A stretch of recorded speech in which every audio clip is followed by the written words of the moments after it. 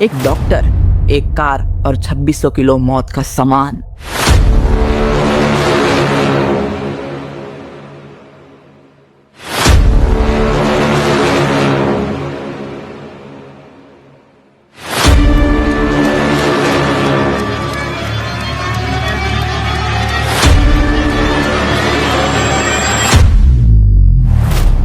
नवंबर 2025 का दिल्ली का वो लाल किला कांप उठा था। पता नहीं।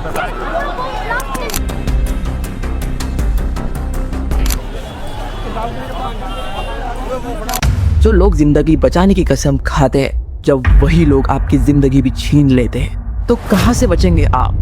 सबसे बड़ा सवाल।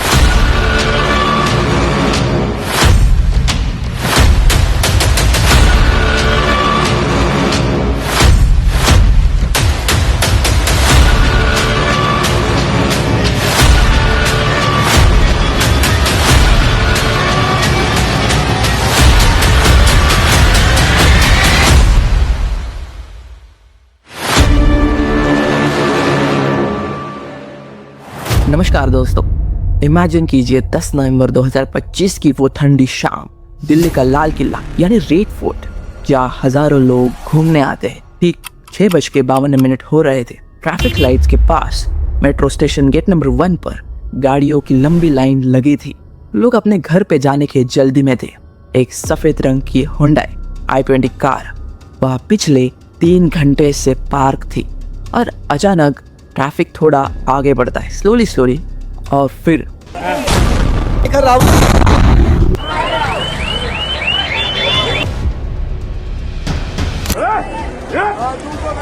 आ रही है जो दिल को झकझोर देने वाली। दोस्तों, इस केस में सबसे हैरान करने वाली बात थी कि इसके पीछे कोई अनपढ़ गुंडे नहीं थे, बल्कि डॉक्टर्स और प्रोफेसर इस अटैक्स में शामिल थे।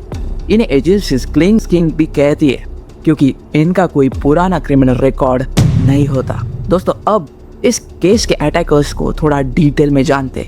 इनका बैकग्राउंड क्या था, इनने कैसी प्लानिंग की, डिटेल में जानते। चलो, पहला अटैकर का नाम आता है डॉक्टर उमर उन नबी। ये अटैकर और सुसाइड बॉम्बर था। ये इस पूरे ब्लास्ट का मेन चेहरा था। डॉक्टर उमर 31 साल का लड़का था जो फरीदाबाद के अल फलाह यूनिवर्सिटी में असिस्टेंट प्रोफेसर का काम करता था। एजुकेशन, ये कोई मामूली डॉक्टर नहीं था, बल्कि एक पीजी यानी नीट टॉपर था। इसका दिमाग इतना तेज था कि किसी को भी शक ना हो सके कि ये कोई असिस्टेंट प्रोफेसर आतंक की राह पर चल रहा है। 10 नवंबर की शाम वही सफेद i20 कार चला रहा था। इन्वेस्टिगेशन में पता चला कि उसने ब्लास्ट से ठीक 1 घंटे पहले सुनहरी मस्जिद के पास अपनी गाड़ी पार्क की थी और अपने बॉम्ब को फाइनल टच दिया था। और फिर इन्वेस्टिगेशन के बाद एक फीमेल रिक्रूटर सामने आई जिसका नाम था डॉक्टर शाहीन।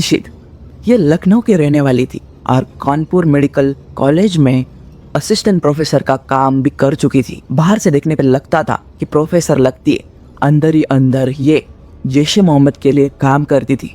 इसका काम था कि औरतों को रेडिकलाइज करना और टेरर फंडिंग का इंतजाम करना। उसने और डॉक्टर मुजम्मिल ने मिलकर कैश में गाड़ियां खरीदी थी ताकि उन्हें मोबाइल बॉम्ब बनाया जा सके। और फिर आते हैं डॉक्टर मुजम्मिल शाकिल।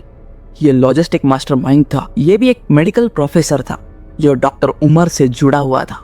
इसने फरीदाबाद के दौज इलाके में एक कमरा किराए पर लिया था। जब एनआई ने वहां रेड मारी तो वहां से 360 किलो एक्सप्लोजिव और AK सीरीज की राइफल्स मिली थी। इसका काम था कि केमिकल्स और वेपन्स का इंतजाम करना। इसने फार्मिंग और मेडिकल रिसर्च का बहाना देकर 2600 किलो से भी ज्यादा अमोनियम नाइट्रेट जमा कर लिया था अटैक में यूज करने के लिए। चौथा आता है मौलवी इरफान अहमद, जो हैंडलर था। ये इन डॉक्टर्स का रिलीजियस टीचर था। इरफान पहले श्रीनगर के गवर्नमेंट मेडिकल कॉलेज में पैरामेडिकल स्टाफ था। इसका काम था डॉक्टर्स और स्टूडेंट्स को ढूंढना जो इमोशनली वीक हो और उनका ब्रेन वॉश हो सके, उनको आतंकवाद की तरफ ढकेल देना। उसने डॉक्टर उमर को अकासा नाम के फॉरेन हैंडलर से मिलवाया था। इन लोगों का प्लान सिर्फ ब्लास्ट करना नहीं था, बल्कि पूरे देश को दहलाना था।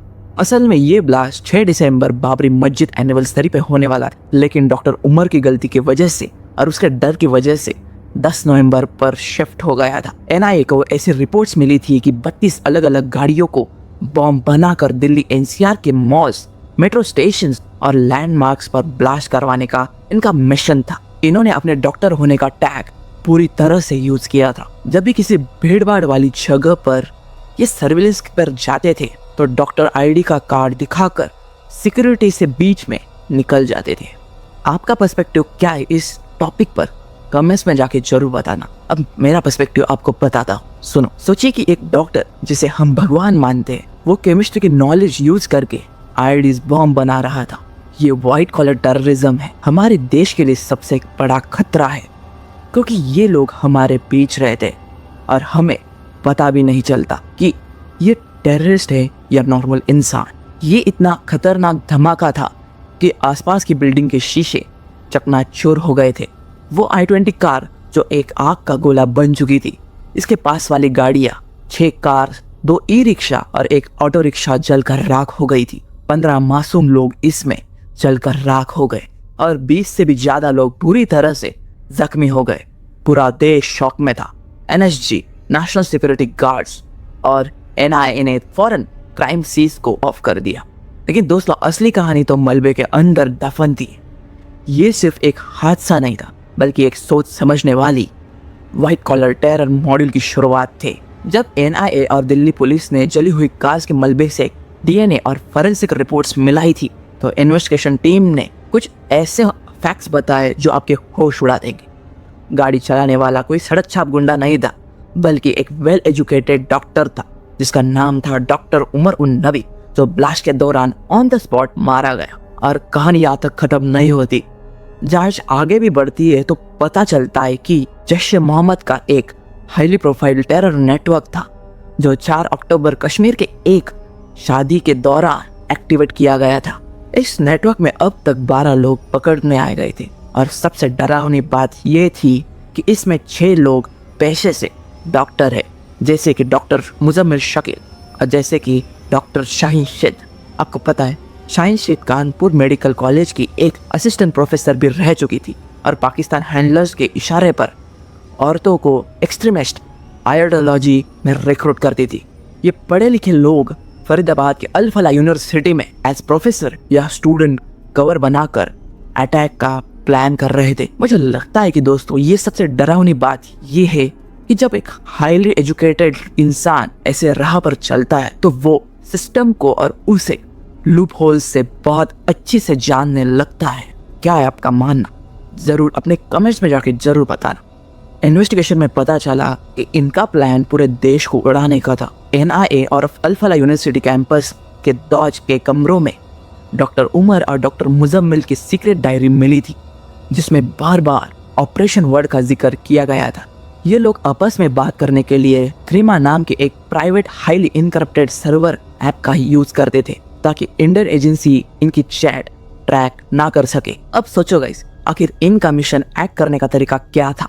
इन्हें पढ़ी लिखे आतंकवादी को महीनों तक दिल्ली के रेड फोर्स की रेखी की थी। इनके पास जो सामान रिकवर हुआ वो सुनकर आपके रोंगटे खड़े हो जाएंगे। बेस कैंप तक अप्रॉक्स 2000 NPX फर्टिलाइजर और अमोनियम नाइट्रेट, ये लोग फार्मिंग और केमिकल टेस्टिंग के नाम पर फर्टिलाइजर और एक्सप्लोजिव मटेरियल जमा कर रहे थे। सिर्फ डॉक्टर मुजम्मिल रेंट किए हुए डॉज के वाले रूम में 360 किलो एक्सप्लोजिव मिले थे। मल्टीपल व्हीकल्स इन्होंने i20 के अलावा भी लाल इको स्पोर्ट्स और ब्रेजा कार भी इंतजाम कर ली थी। इन्हें फरीदाबाद में छुपाया गया था। सब कार्स में बॉम्ब फिट करते थे। अलग अलग लैंडमार्क को उड़ाने का प्लान था इनका। और वेपन्स डॉक्टर शकील के नेटवर्क के जरिए AK सीरीज राइफल्स भी स्मगल की जाती थी। इन्होंने अपने मेडिकल्स और साइंस बैकग्राउंड का पूरा फायदा उठाकर और यूनिवर्सिटी के लैब्स का इस्तेमाल किया था। ये पूरा नेटवर्क अकासा और दूसरे हैंडलर्स के थ्रू टर्की और पाकिस्तान से ऑपरेट किए जा रहा था। इनका मिशन देश के बड़े लैंडमार्क्स को टारगेट करना था, मैक्सिमम लोगों में डर फैलाना था। लेकिन दोस्तों, असली ट्विस्ट ये था कि आज भी केस के कुछ इंपॉर्टेंट किरदार लापता है। अल फलाह हॉस्पिटल का एक डॉक्टर निसर हसन ब्लास्ट वाले दिन से ही मिस्टीरियस तरीके से गायब हो गया था। एजेंसीज आज भी उसकी तलाश में हैं, उसको ढूंढ रही है। और अल फलाह यूनिवर्सिटी के ओनर को भी टेरर फंडिंग के जुर्म पर यानी शक पर अंदर कर दिया है। सोचिए, वो डॉक्टर जो सुबह स्टेटस को पकड़कर मरीजों का इलाज करता था, वो रात को बैठकर टाइम बॉम्बर और केमिकल आईडीज प्लानिंग कर रहा था। क्या हम अपने आसपास के वेल एजुकेटेड लोगों पर बिना सोचे हुए भरोसा कर सकते हैं? कमेंट्स में जाके जरूर बताना। और उन 15 परिवारों को क्या? सोचिए, उस दिन अपने घर जो वापस नहीं लौट पाए, किसी का बेटा गया, किसी के पिता गए, वो लोग जो सिर्फ ठंडी शाम में लाल किला घूमने आए थे और एक रेड लाइट पर उनकी कहानी हमेशा के लिए खत्म हो गई। दोस्तों, ये थी दिल्ली रेड फोर्ट की वो कार ब्लास्ट की डिटेल कहानी, जिसमें पढ़े लिखे लाइफ सेवर्स ही बन गए लाइफ टेकर्स। आज भी एनआईए यूपी एटीएस इन्वेस्टिगेशन लगातार चल रही है।